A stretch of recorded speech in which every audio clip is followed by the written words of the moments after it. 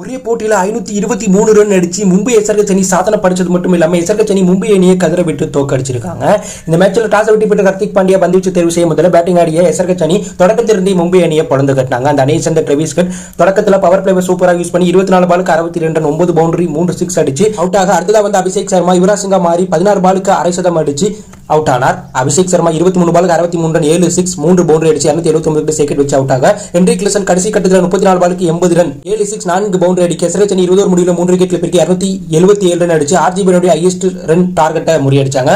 இந்த டார்கெட்டை நாங்கள் அடிப்போம்னு தொடக்கத்திலிருந்து அதிரடியாக விளையாண்ட இசான் கிஷன் 13 பாலுக்கு 34 ரன் அடிச்சிருக்கும் போது அவுட் ஆயிட்டாங்க. ரோஹித் சர்மா 12 பாலுக்கு 26 ரன் அடிச்சிருக்கும் போது அவுட் ஆக திலக் வர்மா அரை சதம் அடிச்சு நான் இருக்கேன்னு சொன்னாலும் 34 பாலுக்கு 64 ரன் அடிச்சிருக்கும் போது திலக் வர்மா அவுட் ஆயிட்டாங்க. நம்ம 14 பாலுக்கு 30 ரன் அடிச்சிருக்கும் போது அவுட் ஆக திலக் வர்மா 34 பாலுக்கு 64 ரன் அடிச்சிருக்கும் போது அவுட் ஆயிட்டாங்க. ஹர்திக் பாண்டியா 20 பாலுக்கு 24 ரன் அடிச்சிருக்கும் போது அவுட் ஆக மும்பை அணி 20 முடிவில் 5 விக்கெட்ல பிரிக்க 246 ரன் மட்டும் அடிச்சு 31 ரன் வித்தியாசத்தில் எஸ்ஆர்கே அணி வெற்றி பெற்றாங்க. இந்த போட்டு 2 அணி சேர்த்து